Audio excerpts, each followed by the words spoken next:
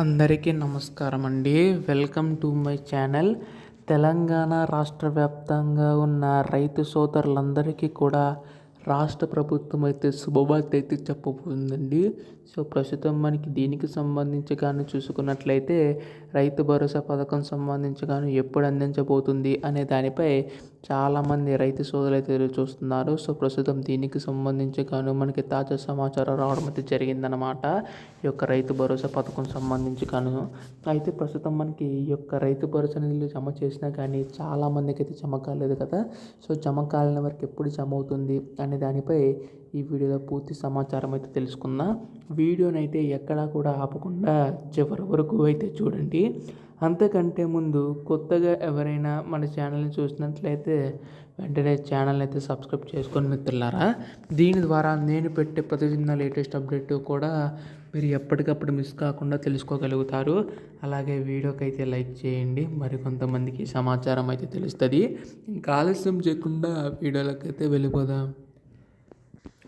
So ప్రస్తుతం మనం ఇక్కడ చూసుకున్నట్లయితే తెలంగాణ రాష్ట్ర వ్యాప్తంగా ఉన్న రైతు సోదరులందరికీ కూడా మనకి రైతు బంధుని కాస్త రైతు భరోసా కింద మార్చి ఈ యొక్క నిధులు పెంచి అందించడానికి అయితే సిద్ధమవుతుంది కదా. జనవరి 26వ తేదీన మనకి తొలి విడత కింద 6,000 రూపాయలు అనేవి అయితే విడుదల చేయడం అయితే జరిగిందండి రాష్ట్ర ప్రభుత్వం.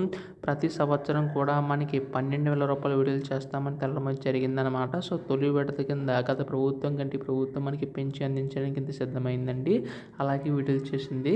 అయితే ఇప్పుడు మనకి దాదాపుగా రైతు భరోసా సంబంధించి 9,000 కోట్ల నిధులు పైగానే మనకైతే కేటాయించిందండి. అయితే ప్రస్తుతం 5,000 కోట్ల నిధులు పైగా రైతుల ఖాతాలో జమ అయ్యాయి. ఇంకా 4,000 కోట్ల నిధులు అనేవి అయితే మనకి రైతుల ఖాతాలో జమ అవ్వాల్సి ఉందన్నమాట. సో ప్రస్తుతం దీనికి సంబంధించి గాను మనకి రాష్ట్ర ప్రభుత్వం కూడా స్పందించిందనమాట. సో ఎవరికైతే జమ కాలేదో సో వారికి త్వరలోనే వారి యొక్క ఖాతాలో జమ చేస్తాం తెలడం జరిగిందండి.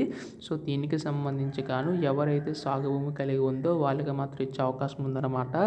రాళ్ళు గుట్టలు రప్పలు ఉన్న వారికి అయితే రాదండి ఈ యొక్క పథకం అయితే. సో ప్రస్తుతం దీనికి సంబంధించి గాను రాష్ట్ర ప్రభుత్వం మనకి నిధులు అనేవి అయితే పెంచి అందించేందుకు సిద్ధమవుతుందన్నమాట. సో పడని వారందరికీ కూడా త్వరలో జమ కాబోతున్నాయి. ఇటువంటి లేటెస్ట్ అప్డేట్స్ అన్నీ కూడా మీరు ఎప్పటికప్పుడు మిస్ కాకుండా తెలుసుకోవాలనుకుంటే మాత్రం కింద కనబడుతున్న సబ్స్క్రైబ్ చేసి సబ్స్క్రైబ్ అయితే చేసుకోండి.